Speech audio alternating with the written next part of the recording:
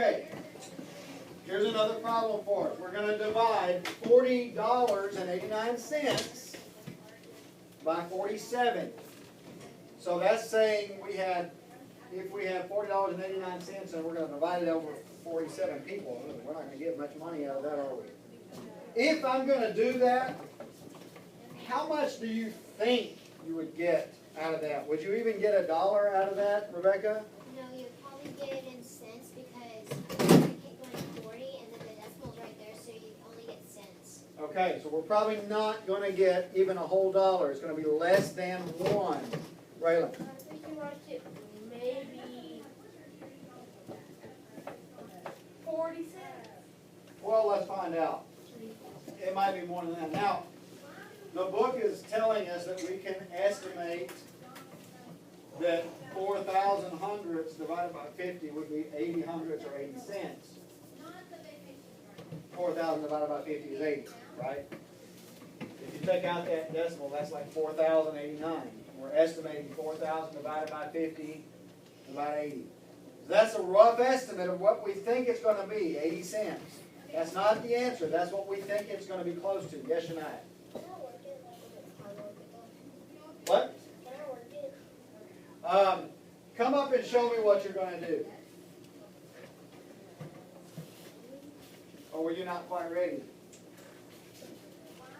Show me the first step. Show me the first step.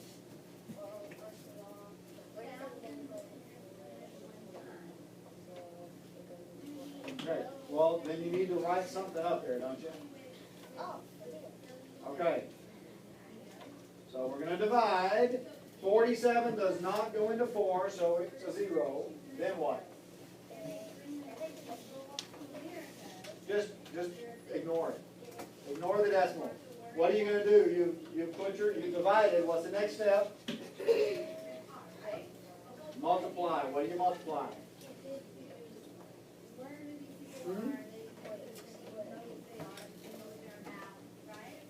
0 times 47 is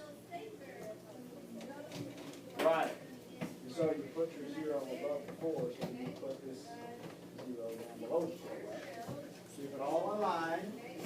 Then what? Yes. Now you do what? Subtract. Yes.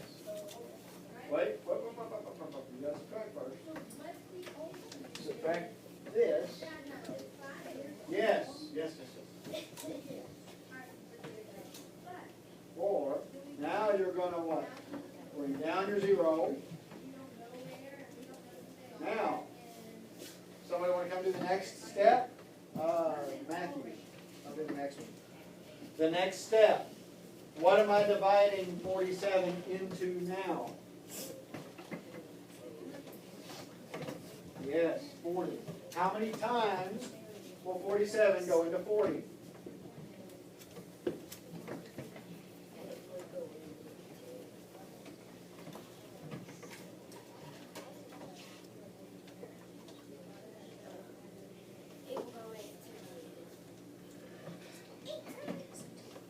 Think about this. It's 40 divided by 47.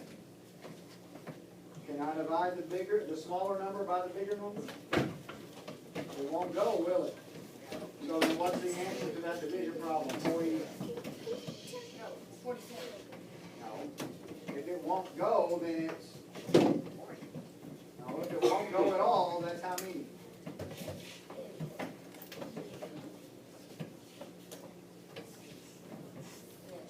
No, if you cannot divide 40 by 47, then the answer must be 0, right? Where does that 0 go? And then I'll tell you this. Yes, put that there. Then you're gonna. What's the next step? What are you gonna multiply?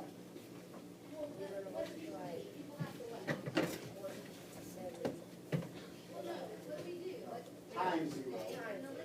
And what do you get?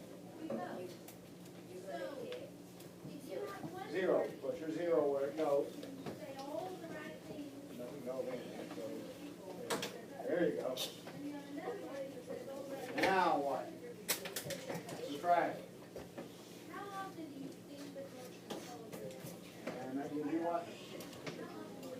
40, there you go, good. Okay, marker. Next step, Brady, come show me the next part. Oh, Matthew forgot a step. He forgot to bring down his 8. There we go. Now, what am I dividing?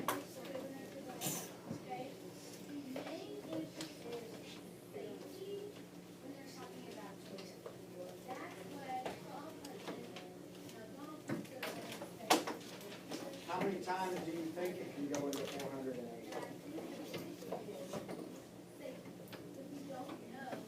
What? Okay. Let me pause and let me remind you how to do this. Do you remember when we did 2-digit division the first time? We estimated to figure out what to put up here, didn't we? How can I estimate with compatible numbers to figure out a good guess for this number? Can I have?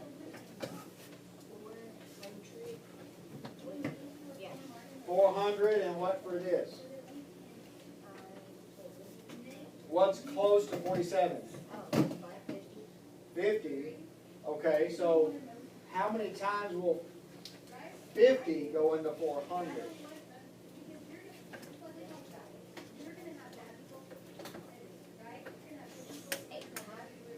50 would go into 408 times. Do you think 47 will go into 408 8 times? We can try it. We can try it. So let's try that. Can you see what we did? We rounded to 50, we rounded to 400, and divided those numbers, and we're going to put that up here. Now we actually have to multiply 8 times 47. So, 47 times 8.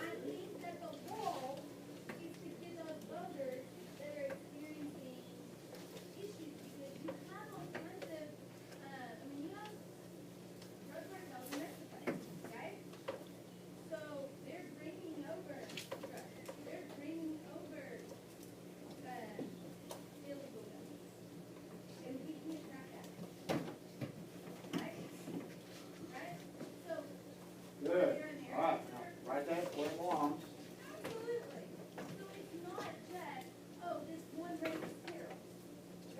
Okay.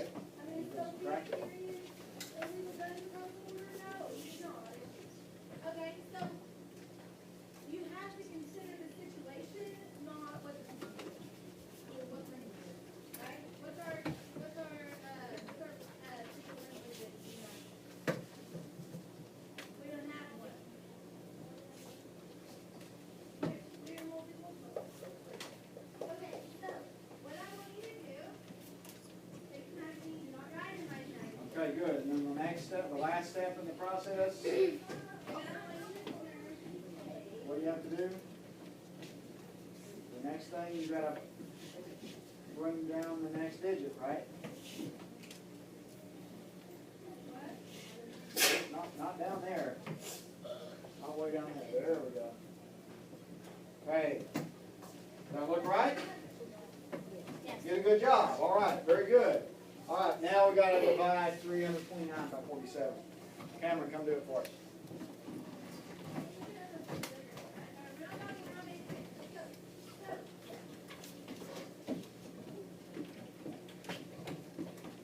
He's already worked it out on paper.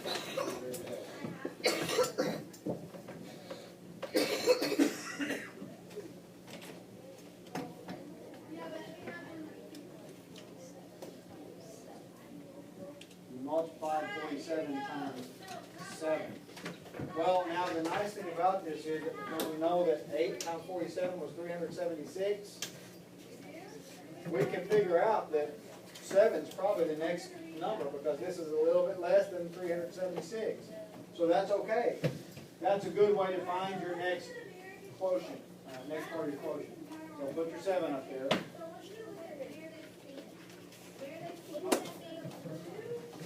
Hold on just a second. All right, very good, very good. So,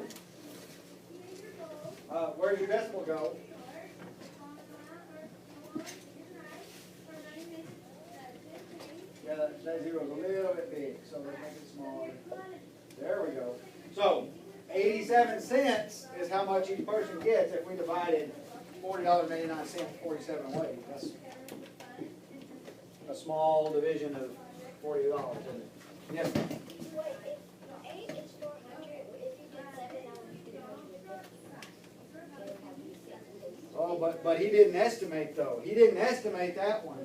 What he did is he saw that 8 times 47 was 376. And since 329 was left, and it's not, he could subtract and figure out that that was 47 less than 376. So he knew that it had to be 7. He didn't actually use estimation, he used the numbers that he had to fill in the missing piece. Does that make sense? And that's okay too, you can do that. Estimating is a good way to start when you don't have anything else to go on. But when you start to add missing pieces, then it becomes more clear as you go. That's why doing these math problems is like solving puzzles. Because you're just adding missing pieces, and the more missing pieces you fill in, the better you can find the answer. Question? No? Okay. All right. Show me how we're doing. How are we doing with dividing? Some of your thumbs, I can't tell if they're just thumbs up, they're kind of lazy, or if they're thumbs sideways because you're confused. Okay, let's do one more together. Let's do one more together. Number 1 here. All right? I'm going to write this one to save time and let you help me out. 18 divided into 4 and 6,800. Or said the other way around, the proper way. 4 and 6,800 is divided by 18. Okay? I already know where my decimal goes. I already know it. Will 18 go into 4? Won't. There's a 0. 0 times 18 is? 0. 0. Subtract, I get 4. Bring down my 6. How many times will 18 go into 46, Jackie? 2. 2 times. 2 times. 2 times 18 is? 36. Next I'm going to subtract. What do I get? Caleb? 6 times 6 is 0. No, 6 subtract. minus 6 is 0, and 4 minus 3 is 1. Good. 10. Gotta bring down. That's the next step. 8. How many times do you think that 18 will go into 108? Jacob? 10. No, not 10?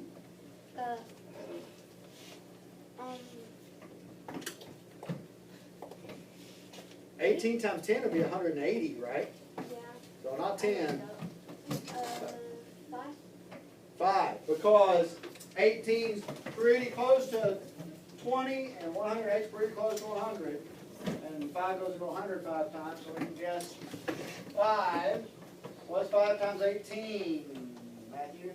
5 times 18 is...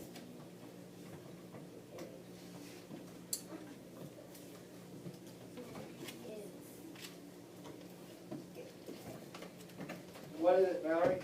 95. 5 times 18 is 95. Mason? 90. Oh, this is going to be interesting now. We're going to find out something here in a minute. What's 108 minus 90? Caleb? 18. Uh-oh.